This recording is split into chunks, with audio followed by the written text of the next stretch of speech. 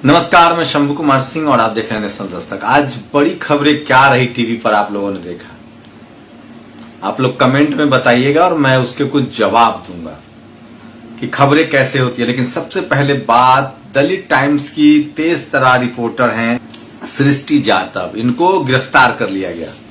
इनको काफी देर 5-6 घंटा थाने में रखा गया डिटेन करके। ये ठीक नहीं। सोचिए, शेड्यूल कास्ट के लोग की मोहल्ले तोड़े जा रहे थे, ये उसकी रिपोर्टिंग कर रही थी। सरकार को अपना काम करना चाहिए था। क्या आप खबर बनाने से रोक देंगे? क्यों रोकेंगे? आपके पास परमिशन होगा, आदेश होगा, आप खबर ढा रहे थे, हम खबर बना रहे हैं कि भैया यहाँ मोहल्ला तोड़ा गया है।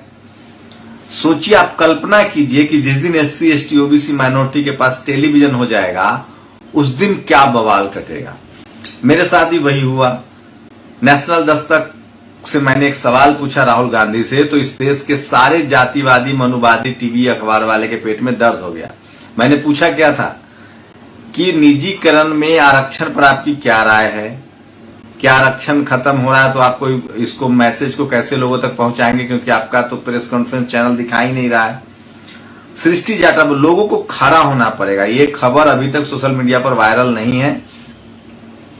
सृष्टि ने वैसे ट्वीट किया है कि उन्हें छोड़ दिया गया, लेकिन सवाल है कि आपको डिटेन क्यों किया गया 5 घंटे तक। वो तस्वीर दिखा रहा हूं, सृष्टि बहुत अच्छा काम कर रही हैं और मैं आप लोगों से गुजारिश कर रहा हूं कि दलित टाइम्स को जाकर आप सब्सक्राइब कीजिए। ये है सृष्टि जाटव जो दलित टाइम्स चलाती है। मैं आपसे गुजारिश कर रहा हूं कि इनको काफी संख्या में जाके सब्सक्राइब करें, क्योंकि बहुत जरूरी है कि आप बहुजनों की मीडिया को मजबूत करना पड़ेगा, नहीं तो आपको लोगों के साथ यही होता रहेगा। और आज की सबसे बड़ी खबर थी, पूरे देश में मंडल कमीशन के शिल्पकार 60 करोड़ लोगों को नौकरी और कॉलेज यूनिवर्सिटी पहुंचाने वाले BP मंडल साहब, बिंदेश्वरी प्रसाद मंडल का जन्मदिन था, लोगों ने मनाया। और दुखद खबर थी कि गेल ओम्बेट का आज परिनिर्वाण हुआ। लेकिन सोचिए, मैं कई जगह गया हूं कार्यक्रमों में, किस तरह से लोगों ने आज सेलिब्रेट किया है वो भी बताऊंगा। कल सारे वीडियोज लगाऊंगा। और OBC के लोग, सोचिए, आज मैंने उनसे यहां तक पूछा कि आप तो कट्टर हिंदू हैं, आपके आरक्षण के विरोध में कौन है? तो उन लोगों ने साफ साफ मनुवाद, ब्राह्मणवाद, जातिवाद, RSS BJP पर हमला किया। तो ये जरूरी हो गया। अब बहुत कास्ट अगर सेंसस होता है, कैटेगरी सेंसस होता है, SC ST OBC माइनॉरिटी और जनरल की गिनती होती है, तो यकीन मानिए RSS BJP को सबसे ज्यादा नुकसान होगा। क्योंकि हिंदू धर्म को मानते हुए, सनातनी कहते हुए खुद को भी, वो कह रहे हैं कि हमें हमारा अधिकार मिलना चाहिए। वो कॉलेज यूनिवर्सिटी पहुंचे, उनको लगता है कि हमारे जज नहीं है, हमारा दरोगा नहीं है, पुलिस नहीं है, प्रोफेसर नहीं है, एक भी सेंट्रल यूनिवर्सिटी में OBC का प्रोफेसर नहीं है। तो उनको लगता है कि शेड्यूल कास्ट, शेड्यूल ट्राइब की ज्यादा स्थिति बेहतर है जाटों से। उसमें पता है कौन लोग थे? गुर्जर समाज के लोग थे, जाट समाज के लोग थे, यादव समाज के लोग थे, लोधी समाज के लोग थे, पटेल, कुर्मी, ये तमाम OBC की जातियां थी जिनको अब लगने लगा और वो एक सूत्र में बंध रहे हैं। लगभग 2300 जाति के जो लोग हैं वो एक साथ आए। और ये पटना की तस्वीरें देखिए, पटना में किस तरह से मूर्ति तोड़ दी गई थी। बिंदेश्वरी मंडल, BP मंडल साहब की मूर्ति लगाई गई, उसे तोड़ दी गई।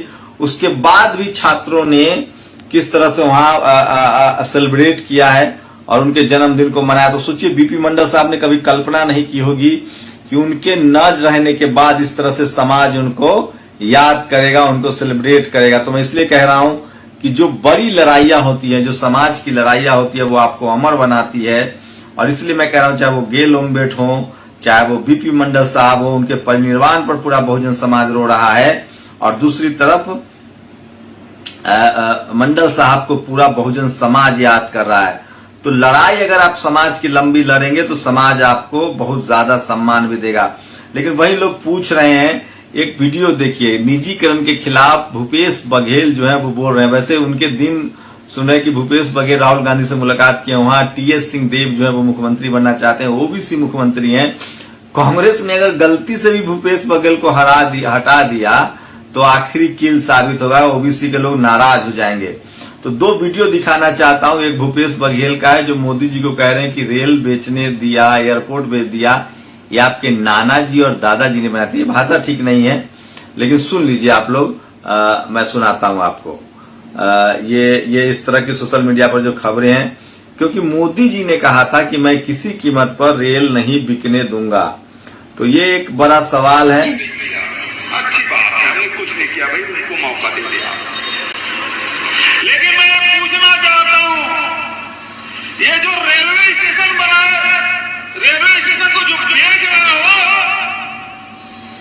क्या तुम्हारे दादाजी ने बनाया था? ये हवाई अड्डा किसान नेता चरण सिंह के नाम से लखनऊ में जो एयरपोर्ट है, वो बिक गया अडानी के नाम से। ये तुम्हारे नाना जी ने बनाया था। तो ये इस तरह से हमलावर हैं। और एक और खबर आ रही है, बेरोजगारों को किस तरह से गाली दी जा रही है। सोचिए, मध्य प्रदेश में वो बहुत खतरनाक है, मैं उस तरह की चीज दिखाता नहीं हूं। और ओखला में, सोचिए ओखला में, दिल्ली के ओखला में शेड्यूल कास्ट की बस्तियां तोड़ी जा रही थी, उसको रिपोर्ट कर रही थी सृष्टि जाटव, और उनको किस तरह से डिटेन कर लिया गया। ये बहुत अपराधी किस्म का काम है। लेकिन सबसे आज की चौंकाने वाली खबर, जो टीवी अखबार है उसके पेट में किस तरह से कैटेगरी सेंसस के लिए जाति जनगणना के खिलाफ पेट में दर्द हो रहा है। और सोचिए, ये टाइटल लगाया है जो अंजना ओम कश्यप ने अपने शो में कि समाजवाद बबुआ। ये देखिए, ये बहुत ही कास्टिस्ट जो स्लोगन है कि ये देखिए, मैं आपको उनका दिखाना चाह रहा हूं। पत्रकारिता का समाजवाद बबुआ जाति से आई। सोचिए, जो लोग दिन रात हिंदू मुस्लिम करते हैं उनको जातिवाद, जो जिनके शादी ब्याह जाति देखकर होता है, जो सबके साथ भेदभाव जाति के आधार पर करते हैं, जिस चैनलों में जाति का कब्जा, उसमें समाजवाद बबुआ जाति से आई। तो इस तरह के इन्होंने हेडिंग्स लगाए हैं। लेकिन तेजस्वी ने बहुत शानदार जवाब दिया है और उन्होंने लिखा है कि अखिलेश यादव ने मंडल साहब को जन्मदिन की बधाई दी है। और जब भी जनता का रुख, ये देखिए, तेजस्वी ने साफ साफ कहा है कि जब तक जाति जनगणना नहीं होगी, भारत एक अत्यंत सामाजिक आर्थिक असमानता वाला देश है। अगर निजी क्षेत्र, जिसका एकमात्र उद्देश्य अधिक लाभ कमाना है, अगर वहां जाति जनगणना नहीं हुई तो क्या स्थिति होगी। तो काफी मैच्योर उन्होंने ट्वीट किया है। और ये अखबार टीवी आपको नहीं दिखाएगा, ये सिर्फ नेशनल दस्तक। भारत एक अत्यंत सामाजिक आर्थिक असमानता वाला देश है। अगर निजी क्षेत्र, जिसका एकमात्र उद्देश्य अधिक लाभ कमाना है, होता है कि हाथों में सब कुछ बेच दिया जाएगा, तो कमजोर वर्गों के हितों की रक्षा कौन करेगा। शिक्षा, स्वास्थ्य, परिवहन, नौकरी, सब कुछ कमजोर वर्गों की पहुंच से बाहर हो जाएगा।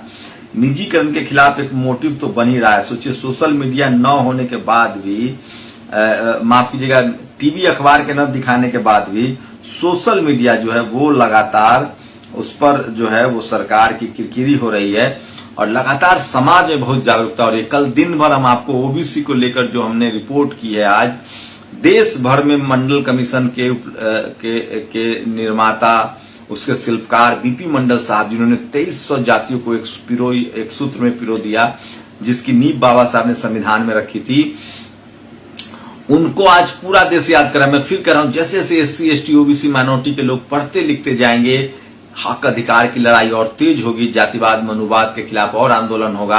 डरने घबराने की जरूरत नहीं है। डेमोक्रेटिक तरीके से, संवैधानिक तरीके से, इसीलिए किसी ने कहा है कि संविधान बचा लीजिए, सब कुछ बच जाएगा। तो ये बड़ी सफलता है और सोशल मीडिया की वजह से इसमें और तेजी आई है। लेकिन लोग समझने लगे हैं और शायद यही वजह है कि सोचिए, लॉकडाउन में सब कुछ खुल गया। शराब की दुकानें तो सबसे पहले खुल जाती हैं, मॉल खुल गए, दुकानें खुल गई, थिएटर खुल गया है, बस नहीं खुला है तो कॉलेज, यूनिवर्सिटी। आप समझिएगा कि आप पढ़ेंगे नहीं तो बढ़ेंगे नहीं। इसलिए संत गाडगे ने कहा है कि बर्तन नहीं हो तो हाथ पर खाओ, कपड़े नहीं हो तो फटा कपड़ा पहनो, लेकिन अपने बच्चों को पढ़ाई लिखाई जरूर भेजो। तो सोशल मीडिया पर आज सबसे बड़ी खबर है, जिस तरह से दलित टाइम्स की पत्रकार सृष्टि जाटव को डिटेन किया गया, उसको लेकर लोग गुस्सा हैं। और जातीय जनगणना की मांग चारों तरफ से तेज हो रही है। बीपी मंडल साहब की जयंती लोग पूरे देश में मना रहे हैं और गेल ओम्बेट को सब याद कर रहे हैं। एक ऐसी महिला जो अमेरिका से आई और भारत की होकर रह गई, और सावित्रीबाई फूले को लेकर उन्होंने अध्ययन किया, फूले पेरियार अम्बेडकर को लेकर अध्ययन किया। मैं फिर कह रहा हूं कि मीडिया की लगातार कोशिश है, और जो सत्ता पर 90% संसाधन पर जो लोग 10% लोग कब्जा जमाए हैं, उनकी कोशिश है कि जातीय जनगणना न हो, ताकि उनका जो काम है वो छुपा रह जाए और लोगों को उनका अधिकार न मिले। आप लोग की क्या प्रतिक्रिया है आज की सारी बड़ी खबरों पर? मैं फिर कह रहा हूं, ये वो तमाम खबरें जो मैं आपके लिए लाता हूं, ये कोई टीवी अखबार नहीं बताएगा आपको। इसके लिए आपको सोशल मीडिया पर, ट्विटर पर, फेसबुक पर आना होगा। और जिस दिन आप लोगों ने ये बात समझ ली, ये जो टीवी और अखबार है ये दरअसल खबर नहीं प्रचार करता है और ये कार्यकर्ता है। जिसकी सत्ता होती है उसकी भी कार्यकर्ता नहीं, यहाँ जाति विशेष के लोग हैं और इसलिए मैं उसको मनुवादी, जातिवादी और ब्राह्मणवादी मीडिया कहता हूँ। आप लोग की क्या प्रतिक्रिया? अपनी प्रतिक्रिया जरूर दीजिए। शुक्रिया। नेशनल दस्तक की आपसे गुजारिश है कि अगर इसको बचाना चाहते हैं तो नेशनल दस्तक को सब्सक्राइब करने के लिए रेड कलर के सब्सक्राइब बटन को दबाएं, फिर बेल आइकन की घंटी दबाएं।